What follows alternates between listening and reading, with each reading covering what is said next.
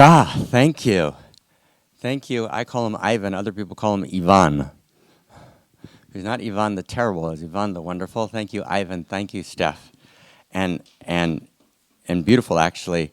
Claire texted me this morning and said, I really want to ask Ivan to do an introduction. So I think either me or KK texted Stephanie and said, no, we're introducing together. We got this. So what a pleasure. And so I think the best response to that, and you couldn't make this shit up, is a text that I just received literally, right, about a minute before you started talking. And the text reads, let me see if I can find it. Oh, here it is. Okay. And this is from a young man. I'm not going to say his name, but because I don't have his permission to say his name, but he's very close to Steph and Ivan. And he just wrote me, and he wrote, the good is real. I serve the good. I serve no other master. I am powerful and free to serve the good. Right? And I've exchanged maybe hundreds of messages with this young man, and we exchange this almost every day. Right? This message. What a beautiful thing. Right? And if I forget, right, so the young man says, whoa, where'd you go? Or if I leave out, like we always add a heart to it. So if I leave out a heart, he says, oh, well, where's the heart? So bless you, right? May we raise gorgeous young men and young women with heart, and with openness and with beauty and with tenderness. And it's a mad delight to be with Ivan and with Steph and with all of us, right, in this place. And really, it's our next generation that we're responsible to, right? And it's how do we actually create? I look at my son, who is a little younger than Ivan and Steph's son, a little older than their daughter, and I see him in TikTok. He lives in TikTok, right? It's and TikTok is frightening, right? And an average video on TikTok is about 50 seconds, and you just scroll through TikTok, and all information, right? And to actually be able to enact this new story, and to tell this story, right? And to get it clear, right? Just gonna have a little water. It's not any in it, but I'm going to pretend that there is. No, that's okay. That's okay. This is good. That's okay. I don't need the lights in my room either. It's just fine, really. No, really. And the bed's a little extra. It's good. No.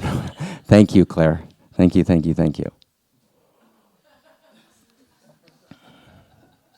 You just have to imagine it. But I want to just take a second, before we start. And we are going to, the first 4 days, we're trying to lay down these huge worlds in the room. And as we step into the last 3 days, we're in spacious space. Right? So we're gonna fly. Every day of the next 3 days is huge, but we're gonna do it, in a kind of more spacious container. So if you're timing yourself for lunch, we're going to do lunch on time. But I just want to talk a little bit, right, about just, before we get started, and I apologize, I think we're all a little bit, working with health and sleeping and not sleeping. So thank you for the water. I completely appreciate that. But I want to just share a little bit, about the last couple of days, just for a minute or two.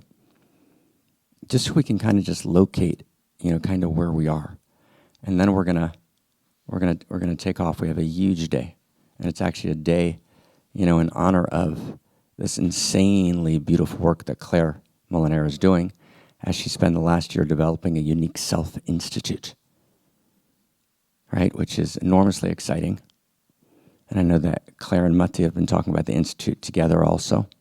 And we're actually going to be creating some beautiful creations together. But the Unique Self Institute is an incredible undertaking that I'll talk about later, that Claire is directing and holding. Let me meet you halfway. Thank you very, very much. After you. Thank you. L'chaim.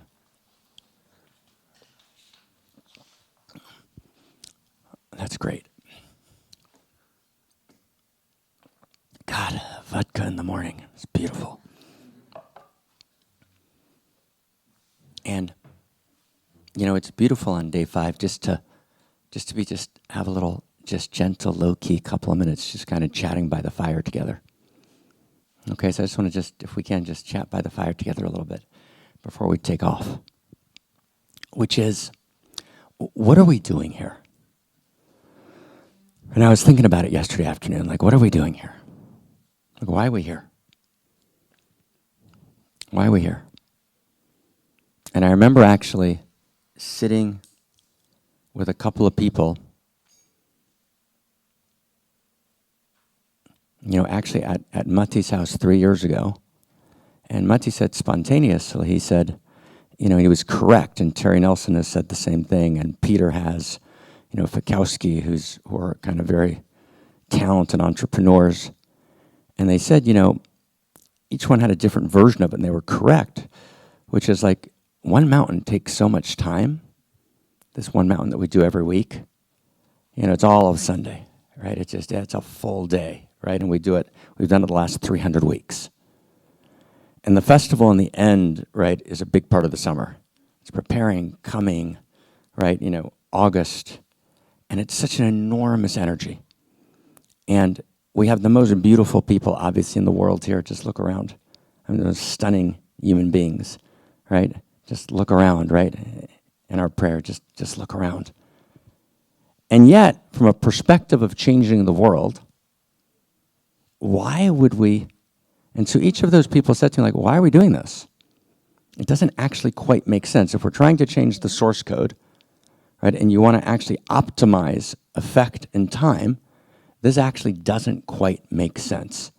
And the truth is they're right. Right? They're right. Right? And so we talked then, and we've all talked since in deep conversations, why do we actually come together here? What are we actually doing here? So, and Walter said, it was very, very funny and graceful, as he always is. He said, you know, Mark said this is not a personal transformation seminar, but of course it is. And of course we were both right. But actually, all through the week we've said, the first thing I said the first day, if you came for a personal transformation seminar, wrong address. That's not what we're doing here, right? Who remembers saying that? Who remembers that in the room, right? And we've said it every year, right? And we don't say it cutely, it's actually true. It's actually not designed that way, right? It's not what it is. We call it, but it's actually inaccurate what we call it. We call it a Dharma laboratory internally. That's what we call it when we talk to each other. We call it a Dharma lab, meaning it's where we want to clarify the Dharma, but that's not quite right either. Really, our real name for it is, it's a mystery school. It's a mystery school. Now, a mystery school, and I want to just really honor everyone, because, for example, yesterday was such a gorgeous day in so many levels, in so many ways, in so many places, and the day before, and the day before, and the day before. But basically, let's say in the Dharmic part of the day, we basically did 4 symphonies, which like 50 different parts that were written specifically for each of those days. Right? When I landed a week and a half ago. I came a week ago last Sunday, and pretty much from then since now, I've been sleeping a couple hours a night, but basically trying to clarify this. Now, do I love doing it? Yeah, sort of, right? And it's insanely painful, right? And I dread these 2 weeks of the year because they're hard. They're really fucking hard. They're hard. Steph suggested to me, he said, maybe just so I can keep track of what's going as we're building the office for the future, maybe we could try and, meet for 15 minutes a day so I could understand the track of the Dharma. And I wrote back, I said, are you for real to meet 15 minutes a day during the festival? Right? Not possible. And of course, course, we've managed to try and do that as we're building the office for the future. But I literally try and schedule when can I go to the bathroom, right, in myself. Not because I'm a workaholic. I happen not to actually like to work. I'm by nature lazy, right? I like to just hang. That's actually what I like to do. But actually, you can't clarify the Dharma that way. It's not the way she works. I don't know how to explain it to you exactly, but it just doesn't work that way. She only clarifies herself if you're willing to somehow kill yourself for her. The same way as when you're training in sports. It's actually not that different. Right? If you want to train to be an athlete, you train. But here you're training your heart. You want to get so clear, right, and so calm, right, and so clean that you're all the way on the inside of the inside. And I can't tell you how many times in the last 10 years, in the last 30 minutes before walking in, 3 things that I'd worked with for a decade clarified themselves. 3 things that I'd worked with for a decade, right? And all of a sudden, like, boom, it became clear. And it became clear because of you, not because of me. And that is dead fucking true. It's because, I mean, here I'm not, usually I say we, but here I'm going to say you. It's your love, and it's your commitment, and it's your tenacity, and it's your courage, and it's your sitting through the fucking insanity of 4 hours straight with your head popping open, right? And what the fuck? Are we going to do another set of ideas? Right? Which makes no sense from a personal transformational perspective. And you somehow staying in, right? And we stay in together, right? And we show up, right? Year after year, or sometimes we join it. A bunch of new people join every year. And it's that community of a mystery school, and it's that goodness, and it's that integrity that clarifies the source code. I want to share with you 2 conversations if I can, right? And I was thinking about this all through the day yesterday, and I said to myself yesterday evening, I said, like, why am I doing this? Right? Like, this is so hard. Right? And I remember 2 conversations. And one was with a gentleman named Werner Erhard.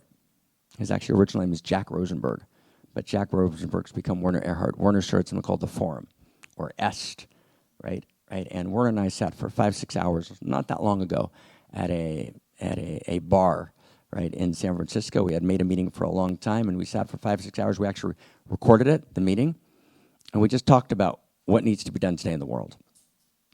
And I'm explaining to Werner what we're doing, and Werner looks at me like, he says, like, I've heard about you, I've tracked you through the years. He says, you're out of your mind. I mean, essentially, he said it much nicer than that. But he says, like, he said, first off, he said, you do Holy of Holies one-on-one with people for a couple $100? Are you crazy? That's like the worst possible usage of your time you could possibly do. Right? And Suzette will tell you that we try and make sure that every schedule happens all the time. He said, then you do this thing that you call a mystery school. Are you for real? With like 100 people, right, somewhere in Europe. I've had 2 million people graduate the Forum. I'm changing the world. And you're just piddling around and wasting your life. Right? He said it much funnier and creatively and sweeter, but that was the basic idea. Then I sat with another dude, right, at his house, right, named Tony Robbins. And I was downloading to him this kind of unique self dharma, and we made up we'll spend a day kind of doing unique self. And I'm trying to explain to Tony kind of what we're doing, right? And he's like, right, how are you optimizing your time?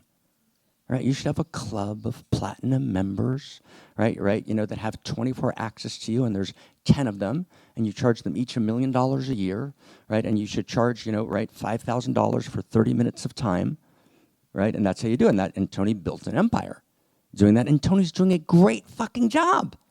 I want to be clear. He's made a great contribution, and Werner's done a great fucking job. We've done a great thing, right, and if I can be just coming straight between us, I know how to do both of them. I understand them.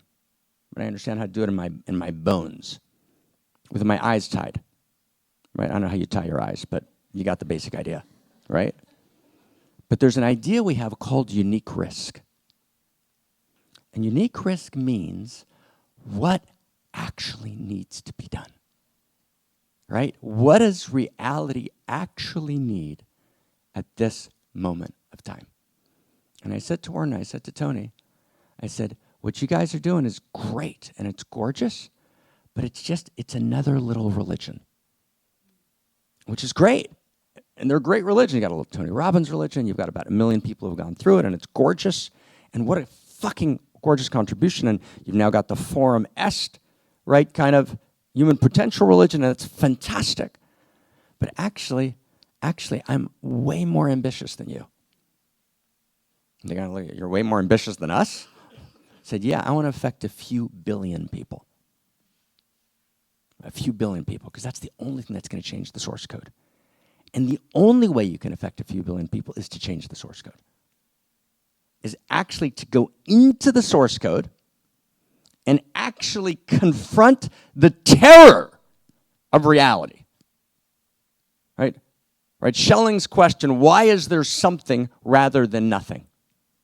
That's the utter stranger in reality itself, the terror of reality. Right? The tale told by an idiot, full of sounds and furies signifying nothing. And you can't come up with a clever answer, and you can't even come up with an answer, because there are no answers. There's a mystery, but there's a response. There's a difference between an answer and a response. We can respond to reality. And we can, for example, realize that infinity actually desired finitude. Okay? That cost me a decade. Infinity desires finitude, which means we're welcome in the universe. If infinity doesn't desire finitude, there's no welcome sign in the universe. But we can't just declare that.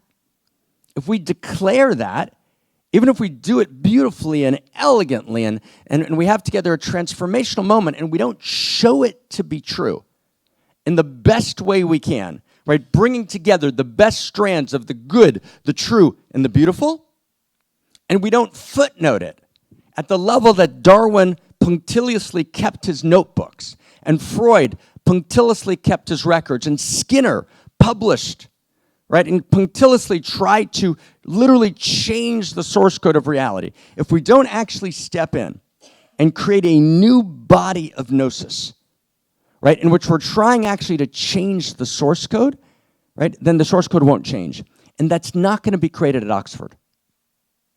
It's not going to happen at Harvard. It's not happening at the Sorbonne. Because those are all lost in rivalrous conflict governed by win-lose metrics. They're all literally part of the structure, which is why historically there's always been mystery schools. And in the Eleusinian mysteries, right, in the 4th century, right, people sat, they actually took major doses of psychedelics first, right? Maybe we should try that, right? But and they went inside, and time disappeared, and they tried to weave the threads together. Does that make sense? And to weave the threads together is somehow impolite, or it's not easy, it's not simple. But only had we done that entire thread yesterday, right? Going through the entire thing, could we actually see it clearly? And I wasn't trying to show it to you. Right? I was just trying to show it together. Right? And us sharing with each other and being in the space, right, and staying in, right, these ideas, which I wrote up 3-4 years ago, right, I spent all of last week going into to clarify them, and now they make infinitely more sense than they did 2 days ago. Even though it was all written 4 years ago. Because of us. Now, I can't explain to you exactly why that's true. I can't prove it, right, in a business plan. Right? It's not, right, and I'm completely with Yvonne on practical, but it's impractical. Right? It's a little bit impractical, but it's true. I stake my life on it. That's my unique risk. So my particular unique risk, and we each have our unique risk, is my particular unique risk is not to do Werner. Right? A guy named Michael Murphy called me a decade ago. Michael was kind of like my big brother for a while, and he started a place in the United States called Esalen. And he read 2 books I wrote called Radical Kabbalah, which are these heavily footnoted volumes about 2,000 years of Aramaic texts. And we spoke, and he heard me give a talk, and we did a public dialogue. And he called me, and he said, I remember the call. He said, Mark, promise me you won't go and become Deepak Chopra, right? Now, Deepak's doing a fantastic job, to be clear. And Deepak should be Deepak, and he's blowing it away. But what he meant was, I got what he meant. It was late, and he said, take your unique risk, young man. He said, I know you can do that. Don't do it, right? Stay in the source code, right? And it's not easy. Right? And Claire and Shad have held the space. Right? They'll make about $1 for the year, maybe 50 cents. I don't know if $1's like a little high. We got to negotiate that, right? Right? But I mean, and they're holding the space, right? Because they get it, right? And KK, right? And I could go through 40 people in the room. KK had 18,000 things that she could have done. And the last one was they were going to set her up in Maui, right? I don't know, a couple blocks from Oprah, and she was going to be kind of the teacher of the stars. And she said, no, actually, I want to be in Belgium for 7 days at a mystery school with 70 people who don't have huge internet followings, right? To do that one workshop. Claire, to start the Unique Institute, right? Shahati, and I can go through each person in the room, right? That's what we're here. We're a mystery school, right? And this is the last year of this kind of mystery school. We're in day 5 of year 10. And it's going to shift now. And I have great trepidation about it shifting, right? Because I want to make sure we don't lose this thing that we have. And we need to now create a more public forum. And so James and I are on Friday going to kind of twinkle and introduce, right, something new, right? Something new, some new emergence, some new sparkle, some new possibility that will actually obey a few more of the laws of gravity. Not all of them, I'm sure. And we're going to create it together. And so I can't even describe it to you. It's not even I'm not sharing it. It's emerging. And so we're going to do that. And so we're going to go and we're going to step a little bit into the public space, and we're wildly excited about that. And we're going to do something else. We're going to have a kind of track 2, which is going to be kind of like, I don't know, think about Unique Self Symphony meets in Brussels, all right, where we're going to gather in the summer for a week, down and dirty, right? Meaning we'll say where we're going to be, let people know, everyone gets their own place. It'll cost virtually nothing, $100, right? And it's, just, some symbolic thing, right? Take care of your own food and lodging, and we're going to do Dharma all day and dance at night, right? Dharma, body, sing all day, dance at night, right? 1 week, full on, right? But without kind of taking on this enormous organizational responsibility, we'll kind of self-organize. We'll self-organize, so we'll all kind of just be able to get a place near.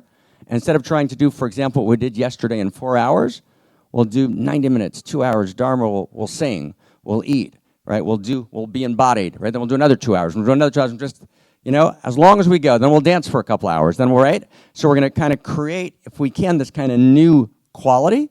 It's a new quality. I can't exactly, but you can see it, right? It's not going to be for the public. It'll be a new version of the mystery school, right, which can just kind of breathe right into itself, right? So we can actually kind of work that. So those are the 2 things that are kind of in the offing. They're insanely exciting, right? And it's with a heavy and glad and beautiful heart that we're on this 5th day. I mean, what a 10 years it's been, right? And you would think, right? Yeah, big hand to everyone, big hand. Yay. Yay. Amen. Amen. Yeah. Amen. Right? Right. Yay. Thank you. Right. And we'll and pretend I said this on Friday, because I'm not going to say it again on Friday.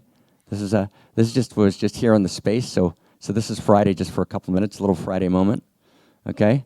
And now we come back to day 5, and I'm just filled with just gratitude for you. Right? Because it's every person who sits here, right, and kind of stays in, right, with full heart, right, that actually creates the space, and just like huge devotion to you, and huge gratitude, and huge honor, and huge appreciation.